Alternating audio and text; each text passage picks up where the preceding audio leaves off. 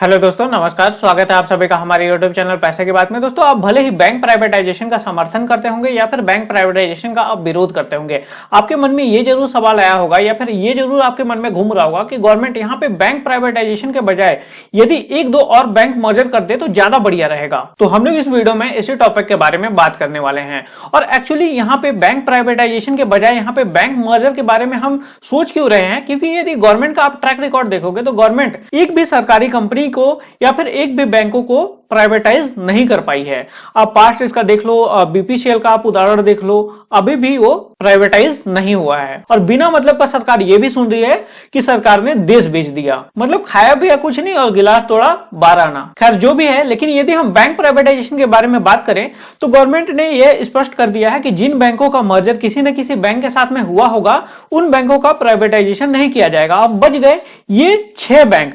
अब गवर्नमेंट का कहना है कि इनमें से 2 बैंकों का प्राइवेटाइजेशन इस फाइनेंशियल ईयर में किया जाएगा। लेकिन लोग यहां पे ये कह रहे हैं कि जैसे बैंक ऑफ इंडिया में 2 बैंकों का मर्जर कर दिया जाए और सेंट्रल बैंक ऑफ इंडिया में 2 बैंकों का मर्जर कर दिया जाए तो ज्यादा बढ़िया रहेगा। जैसे कि मान लो यदि बैंक ऑफ इंडिया में बैंक ऑफ महाराष्ट्र और इंडियन ओवरसीज बैंक का मर्जर हो जाता है तो बैंक ऑफ इंडिया का बिजनेस साइज टोटल हो जाएगा 15.39 लाख करोड़ का। उसी प्रकार से यदि सेंट्रल बैंक ऑफ इंडिया में Punjab and Sind bank and UCO bank का मान लो मर्जर हो जाता है तो सेंट्रल बैंक ऑफ इंडिया का बिजनेस साइज हो जाएगा 9.56 लाख करोड़ का। और एक्चुअल में बैंकों का मर्जर करना मेरे ख्याल से प्राइवेटाइजेशन से बढ़िया है। अब भाई गवर्नमेंट का यहाँ पे कहना यह है कि गवर्नमेंट के पास पैसा नहीं है इन बैंकों में लगाने का, क्योंकि जो भी पैसा था ये दूसरे बैंकों में लगा चुके हैं जिनका मर्जर किसी न किसी बैंक के साथ में हुआ है। लेकिन गवर्नमेंट यहाँ पे ये कर सकती है कि जैसे इन बैंकों से डिसइन्वेस्टमेंट करके इन बैंकों में पैसा लगा सकती है। जैसे यदि आप इन बैंकों के बारे में बात करोगे, जैसे Punjab national bank, Canara bank,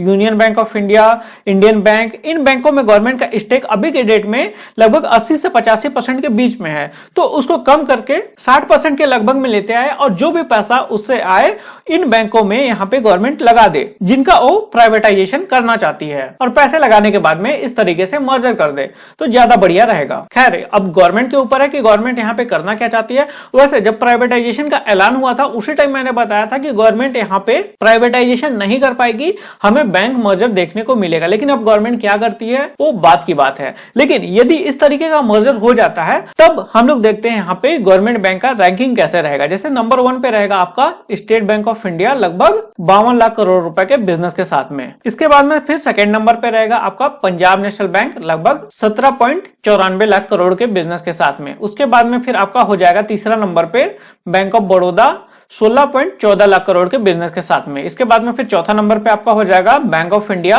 15.39 lakh crore के साथ में। इसके बाद में फिर 5वां नंबर पे हो जाएगा आपका कैनरा बैंक 15.20 लाख करोड़ के साथ में। इसके बाद में फिर 6वें नंबर पे हो जाएगा आपका union bank of India 14.59 lakh crore के साथ में। इसके बाद में फिर आपका 7वां नंबर पे आ जाएगा आपका central Bank of India 9.56 lakh crore के साथ में। इसके बाद में फिर आपका 8वां नंबर पे आ जाएगा इंडियन बैंक 8.8 लाख करोड़ रुपए के बिजनेस के साथ में। देखो गवर्नमेंट ने तो यहाँ कहा ही है कि गवर्नमेंट यहाँ पे 5 से 6 सरकारी बैंक रखना चाहती है, तो भाई 2 और सरकारी बैंक रख लेगी तो क्या चले जाएगा। और गवर्नमेंट इसके बाद में विजन भी डिसाइड कर सकती है, जैसे कि मान लो स्टेट बैंक ऑफ इंडिया जैसे काम कर रहा है करने दो, पंजाब नेशनल बैंक और बैंक ऑफ बड़ौदा को इंटरनेशनल बैंक बना सकती है, मतलब इसका नेशनल प्रेजेंस भी रहेगा और साथ में इंटरनेशनल एक्सपोजर भी रहेगा।